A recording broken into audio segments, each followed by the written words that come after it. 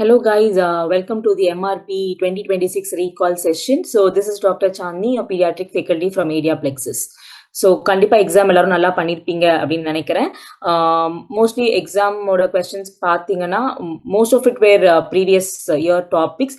சில கொஸ்டின்ஸ் வந்து அதே டாபிக்ல இருந்தே ரிப்பீட் ஆயிருந்துச்சு. ஸோ மெடிக்கல் பேப்பர் பொறுத்த வரைக்கும் most of it was like தெரிஞ்ச டாபிக்ஸ் ரிப்பீட்டடா இதுல இருந்தா வரும், நம்ம டிஸ்கஸ் பண்ண டாபிக்ஸ்ல இருந்து தான் வந்துருந்துச்சு.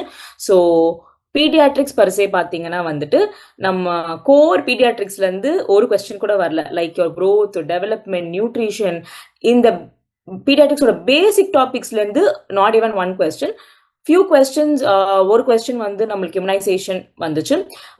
And other then that integrated topic ஜெனட்டிக்ஸாக இருக்கட்டும், அந்த மாதிரி மற்ற சப்ஜெக்ட் இன்டெகிரேட்டட் டாபிக்ஸில் தான் சில கொஸ்டின்ஸ் வந்துச்சு. So per se core period usually டெவலப்மெண்ட்லேருந்து கொஸ்டின் வரும் அண்ட் க்ரோத்லேருந்து வரும், பட் திஸ் டைம் வரல. அண்ட் ஈவன் இன் நியூபார்ன்லேருந்து ஒரு சிங்கிள் கொஸ்டின் கூட வரல. So with the recall I have got integrated questions, pediatrics and other subject integrated இருக்க questions which we have discussed also, நம்ம அதை டிஸ்கஸ் பண்ணுவோம். Okay, the first question is what is the mode of inheritance of Wiskott-Aldrich syndrome? இந்த Wiskott-Aldrich syndromeன்றதை நம்ம ரீகால்லையும் நம்ம வந்து discuss பண்ணோம், நம்ம கிளாஸ்லையும் டிஸ்கஸ் பண்ணோம். It's a very important topic பர்சேல. So Wiskott-Aldrich syndrome, what is the mode of inheritance? The correct answer is X-linked recessive. ஓகேங்களா, it is an X-linked recessive condition. So இங்க நம்ம வந்து எல்லா genetic patterns we have discussed here. So இதுதான் வந்து X-linked recessive pattern. So X-linked recessive னா என்னது? You will have males are affected and females are carriers. ஓகேங்களா, ஸோ இங்க பாத்தீங்கன்னா females are carriers and males are affected. So கிளாஸ்லயும் சொல்லியிருந்தேன், though Pedigree கேட்கலனாலும் டெஃபினட்டா ஒரு கொஸ்டின் இந்த இன்ஹெரிட்டன்ஸ்ல இருந்து வரும்ட்டு. And that was Wiskott-Aldrich syndrome. So Wiskott-Aldrich syndrome is X-linked recessive in inheritance. ஓகேங்களா, ஸோ Wiskott-Aldrich syndrome அப்படின்னா என்னன்னா, it is a triad. So அதுவும் நம்ம டிஸ்கஸ் பண்ணிக்கோ. A quick discussion we will do on that. So what is the triad of Wiskott-Aldrich syndrome if you ask me? First thing inga very important is recurrent infections. ஓகேங்களா, so recurrent infections இருக்கும். Eczema like skin lesions, and thrombocytopenia. So this is the triad of Wiskott-Aldrich syndrome. So இதுல மெயினா பாத்தீங்கன்னா இந்த thrombocytopenia இருக்குல்ல, அந்த thrombocytes வந்து will be microthrombocytes, small platelets. And இது எதனால வருதுன்னா, it is WASP gene defect. So இதுதான் about Wiskott-Aldrich syndrome. Okay, so answer வந்து X-linked recessive, right? Next question, pediatrics, biochemistry, medicine எல்லாமே இது வந்து it's like an integrated topic. So many subject integrate ஆயிருக்கு. But this is also something we know. Which among the following is conjugated hyperbilirubinemia? அது inherited conjugated hyperbilirubinemia. So 4 options கொடுத்திருக்காங்க. நம்ம கிளாஸ்ல discuss பண்ணோம். I asked you to remember DRC. Dr. Chandni. So what is the DRC? D வந்து Dubin-Johnson, R வந்து rotar, C வந்து conjugated. So among this Dubin-Johnson optionல இருக்கு. So answer வந்து is going to be Dubin-Johnson. So that is conjugated. ஓகேங்களா, so inherited hyperbilirubinemia பாத்தீங்கன்னா ரெண்டு விஷயம் இருக்கு. So இது நம்மளோட ஒர்க் புக்ல we have discussed this. So conjugated and unconjugated. So இதுல conjugated எதுன்னு பாத்தீங்கன்னா DRC, Dubin-Johnson, rotarum, conjugated hyperbilirubinemia. Whereas unconjugated அப்படி பாத்தீங்கன்னா Crigler-Najjar and Gilbert வரும். ஓகேங்களா, so இந்த 4 thingsல Gilbert is very common.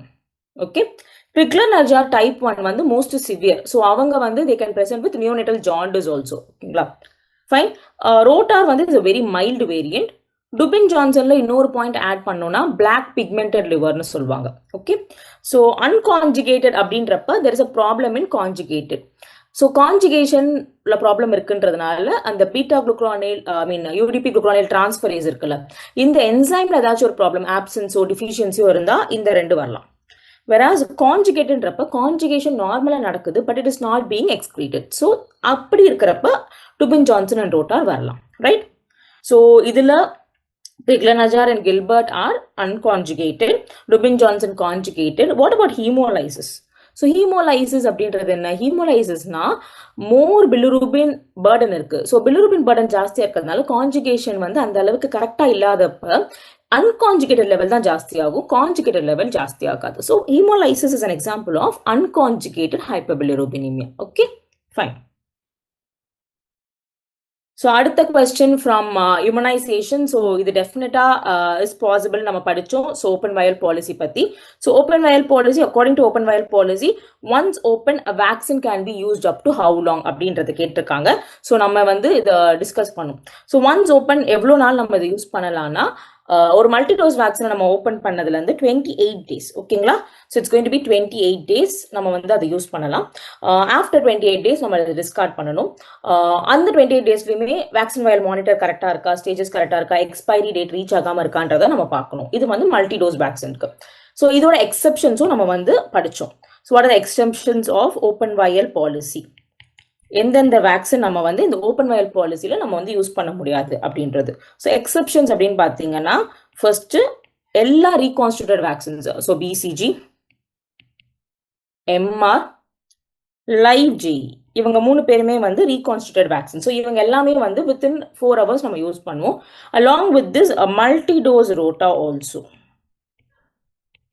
along with this multi-dose roster also. So in the vaccines la vandu you will not go according to open vial policy. So you open panna within 4 hours we are going to use these vaccines. Okay, so this is something we have discussed on open vial policy also. So open vial policy vandu 28 days entradum we have discussed it here. Okay,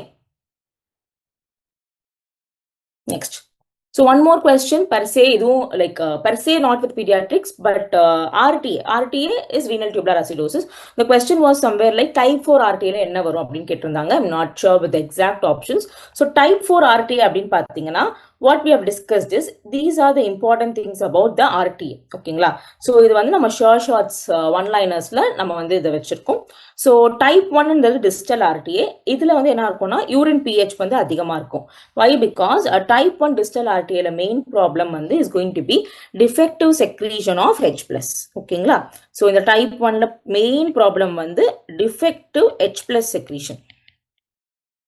So அதனால urine pH is going to be more than 5.5. Okay, next type 2 proximal RTA ல பிரச்சனை வந்து bicarbonate excretion. ஓகேங்களா? Next type 4 RTA என்னன்னு சொல்லிருக்கோம், hyperkalemic RTA. So இப்போ hyperkalemia உங்களோட ஆப்ஷன்ல இருந்துச்சுன்னா that would be the answer. Okay, so type 4 RTA ல hyperkalemia will be associated. மீதி ரெண்டுத்துல வந்து hypokalemia இருக்கும், hyperkalemia இருக்காது. So இது வந்து very important. Okay, so these were some of the questions from pediatrics and integrated topics. As I've told you earlier, like usually கேக்குற அந்த development, growth, newborn லந்து questions எதுவும் வரல. But these are something which we have discussed already and integrated with other topics also. So we will wait for the exam results. So கண்டிப்பா நல்லா பண்ணிருப்பீங்கன்னு தெரியும். All the very best. Okay, thank you so much.